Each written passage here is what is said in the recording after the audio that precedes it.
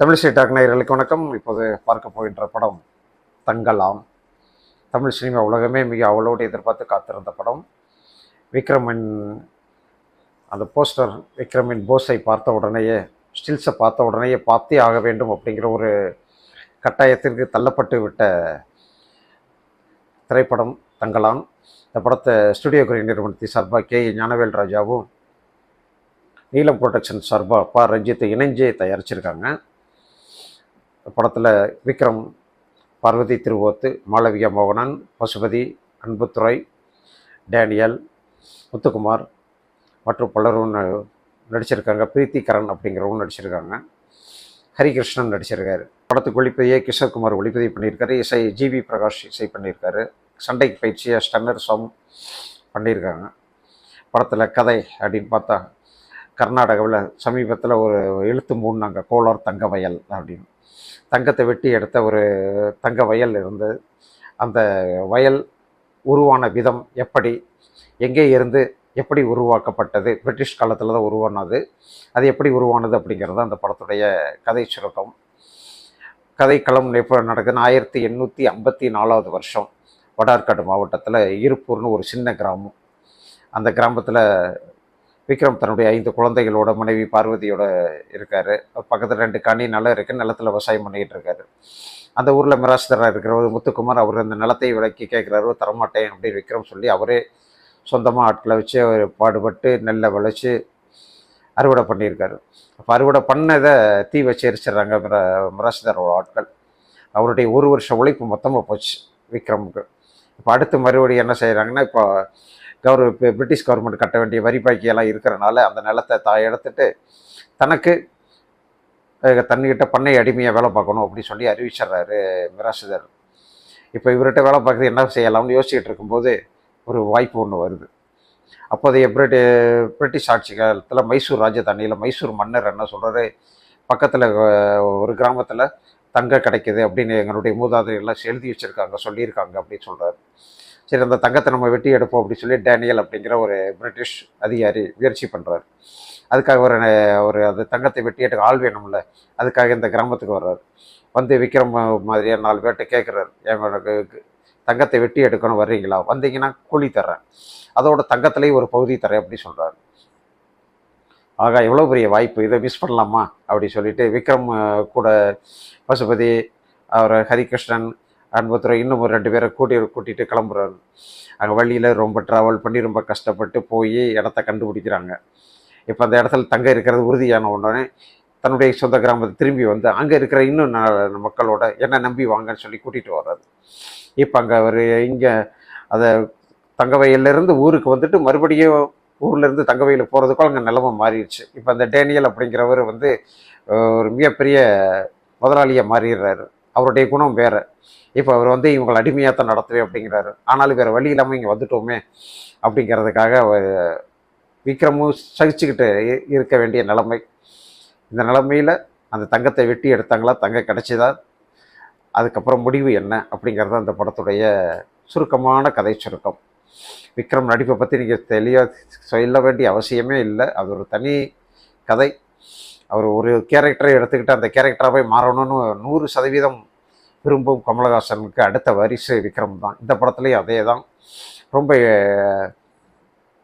ஒட்டி போன ஒரு உடம்பு, ரொம்ப ஒல்லியான உடம்பு, ஒட்டி போன வயிறு, இதில் வெறும் கோவணத்தை மட்டும் கட்டி நீட்டமாக சடமுடி வச்சுட்டு மூக்கில் ஒரு வளையத்தை மாட்டிட்டு அவர் காட்டுற மேனரிசம், அவர் காட்டுற நடிப்பு, அப்பா அபாரம். இந்த படத்தில் முதல் காட்சியிலேருந்து கடைசி வரைக்கும் படத்தை தூண் மாதிரி தாங்கியிருக்காரு விக்ரம். அவருடைய அப்படிப்பட்ட ஒரு நடிப்பை காட்டியிருக்காரு படத்தில். ஒரு நடிப்பை சூப்பர், அபாரம் அப்படின்லாம் சொல்லிட்டு விட்டுற முடியாது. அதுக்கு மேலேயும் ஒரு வார்த்தைகள் இருந்துச்சுன்னா அதுக்கு இந்த வார்த்தையை சொல்லிடலாம். விக்ரமின் நடிப்பு தான் படத்தை தாங்கி பிடிச்சிருக்கு அப்படின்னு சொல்லிடலாம். படத்தில் அதுலேயும் இவர் இன்னொரு கேரக்டரும் வர்றாரு. அவருடைய காடையனை வர்றாரு, ஆரண்ணா வர்றாரு, ஆர்த்தியோட புருஷனாக இருக்கார், பூட்டனாக இருக்கார். இப்படி பல்வேறு பரிணாமங்களையும் வந்து அந்த பூட்டனா வந்து அந்த தங்க குன்றுல ஆரத்தியோட பாதுகாவலரோட சண்டை போடுற அந்த காட்சியெல்லாம் ரொம்ப அபாரம். அவ்வளவு வெறியாட்டம் ஆட்டியிருக்காரு விக்ரம். அதோட கடைசியாக அவருடைய ஒய்ஃபோட பேசுகிற பேச்சு, அவங்க பேசுகிற கொஞ்சல், அவர் அது பெண்களோட அவர் பேசுகிறது, அவருடைய மகளை இழந்தவனே அவர் பண்ணுற அந்த துயரம், ஒரு மனிதனுக்குள்ளே இருக்கிற அத்தனை உணர்வுகளையும் மெல்லிய உணர்வுகளையும் வெளிப்படுத்தியிருக்காரு விக்ரம். அது எந்த வகையிலையும் அவர் சூப்பர், சிம்பிளி சூப்பர் அப்படின்னு கூட சொல்ல முடியாது. அதையும் தாண்டி ஒரு வார்த்தையில் அவரை பாராட்டணும்.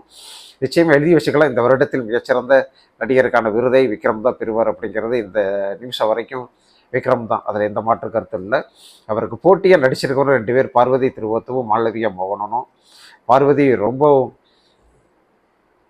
கேரளக்காரங்க, ஆனாலும் இந்த வடை இருக்கட்டு மொழியை உள் வாங்கிக்கிட்டு அந்த மொழியை அவ்வளோ ஸ்பீடாகவும் பேசணும். அவ்வளோ ஸ்பீடாக பேசி ஸ்பாட் ரெக்கார்டு, அந்த ஸ்பாட் ரெக்கார்டில் எப்படி தான் பதிவு பண்ணாங்கன்னு தெரியல.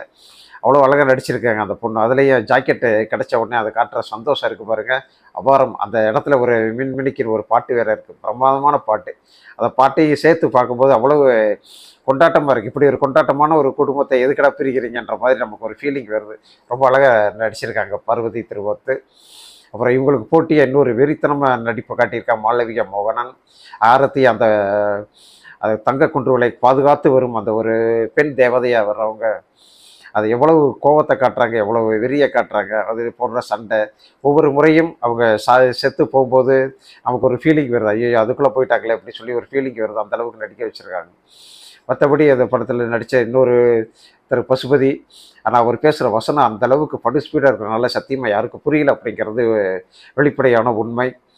ஒரு பெருமாளியின் தீவிர பக்தனா, இவருடைய பறையர் இனத்தை சேர்ந்தவராக இருந்தாலும் விக்ரமோட பையனை கூப்பிட்டு, வாயா உனக்கு பூணூல் போட்டு போகிறேன், பூணூல் போட்டாலே நீ பெருமாள் சீடன் ஆயிடுவேன் அப்படின்னு சொல்லி அவர் கூப்பிடுறது. அந்த இடம் இங்கே யாரும் கிடையாது, யாரும் புறக்கணிக்கப்பட்டவர்களோ அது தாழ்த்தப்பட்டவர்களோ கிடையாது, எல்லாரும் ஒன்று தான். வந்தீங்கன்னா சேர்ந்துடலாம், ஜம்மாவில் சேர்ந்துடலாம் அப்படின்ற மாதிரி அவர் கூப்பிட்றாரு. அந்த பழக்கத்தை பதிவு பண்ணியிருக்காரு ரஞ்சித். நடிப்புலாம் அதை கடந்து அந்த டேனியல் அப்படிங்கிறவர் ரொம்ப சிறப்பாக நடிக்க வைக்கப்பட்டிருக்காரு. அவர் பிரிட்டிஷ்காரராக இருந்தாலும் வெளிநாட்டுக்காரராக இருந்தாலும் ரொம்ப சிறப்பாக நம்முடைய உணர்வுகளை உள்வாங்கிட்டு சிறப்பாக நடிச்சிருக்காரு. அவர் முத்துக்குமார், அவர் அந்த முன்சீப்பை வந்த நடிகர், அவர் மிக வித்தியாசமாக இருந்து அதனுடைய பக்கத்தில் கூட பறையர்களை வரவிடக்கூடாது அப்படிங்கிறத வராது அப்படின்னு சொல்கிற அந்த காட்சியெல்லாம் பார்த்தீங்கன்னா, அந்த காலத்துலலாம் எப்படி மக்கள் இருந்திருக்காங்க, எவ்வளோ கஷ்டப்பட்டு இருந்திருக்காங்கன்னு நமக்கே இப்படி தோணுது. ரொம்ப கொடூரமான ஒரு விஷயம். பரஞ்சித் படம் எப்படின்னாலே சாதிய பூச்சி நிச்சயமாக இருக்கும். அதுலேயும் இந்த பறையர் இன மக்கள் தான் அதிகம் பேர் இங்கேருந்து கோலார் தங்க வயலுக்கு போய் அந்த கோலார் தங்க வயலில் கூலி வேலை பார்த்து அந்த வயலை மிகப்பெரிய அளவுக்கு கொண்டு வந்தாங்க அப்படிங்கிறத பதிவு பண்ணியிருக்காரு. அது உண்மை அப்படிங்கிறதுல எந்த சந்தேகமும் இல்லை. இது ஒளிப்பதிவாளர் கிஷோர் குமார் இன்னொரு பக்கம் பாராட்டணும். இவ்வளவு உழைப்பை எப்படித்தான் அவர் சமாளித்து செஞ்சாருன்னு தெரியல. ஒவ்வொரு ஷாட்டையும் வச்சா கண்டிப்பாக அந்த படம் ஒரு மூணு படத்துக்கு ஏற்ற ஷாட்டு, 3 படத்துக்கு ஏற்றார் போல் காட்சிகளை பதிவு பண்ணியிருப்பாங்க. அதை எடிட்டர் எவ்வளோ கஷ்டப்பட்டு எடிட் பண்ணி ஒரே படமாக கொண்டு வந்தாரோ தெரியல, ரொம்ப கஷ்டம். அந்த அளவுக்கு பண்ணியிருக்காங்க. அந்த கேமரா ஒர்க்கு, பாடல்கள் கேட்டால் இசை அரசன், இன்னொரு பக்கம் ஜிவி பிரகாஷ் தங்கலான் பாட்டே படம் முடிஞ்சு வெளியே வரும்போது அப்படியே காதில் ஒடிச்சிக்கிட்டே இருக்குது. அந்தளவுக்கு பாடல்களும் சூப்பர்.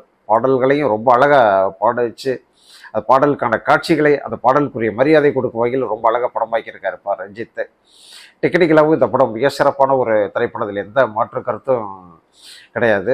இப்போ ரஞ்சித் சொல்லிட்டு இருக்க மாதிரி என்னுடைய படங்களை யாரும் மிகப்பெரிய இயக்குநர்களே நல்லா இருக்குன்னு கூட சொல்ல மாட்டேங்கிறாங்க அப்படிங்கிறாரு. அதை சொல்லாமல் இருப்பதற்கு 108 காரணங்கள் உண்டு. ஆனால் படம் பார்க்கிற ரசிகர்கள் நிச்சயமாக சொல்லுவாங்க, தங்கலான் அப்படிங்கிற அந்த படத்துக்கு ரஞ்சித் அப்படிங்கிற பேரே ஒரு மிகப்பெரிய ஹிப்பை ஏற்றி கொடுத்துச்சு என்பது மறுக்க முடியாத ஒரு உண்மை. அந்த வகையில் இந்த படம் தமிழ் சினிமாவில் ஒரு மிக மிக மிக மிக முக்கியமான ஒரு திரைப்படமாக பதிவு செய்யப்பட்டு விட்டது. இந்த படத்தில் இருக்கிற ஒரே ஒரு குறை சிஜி தான்.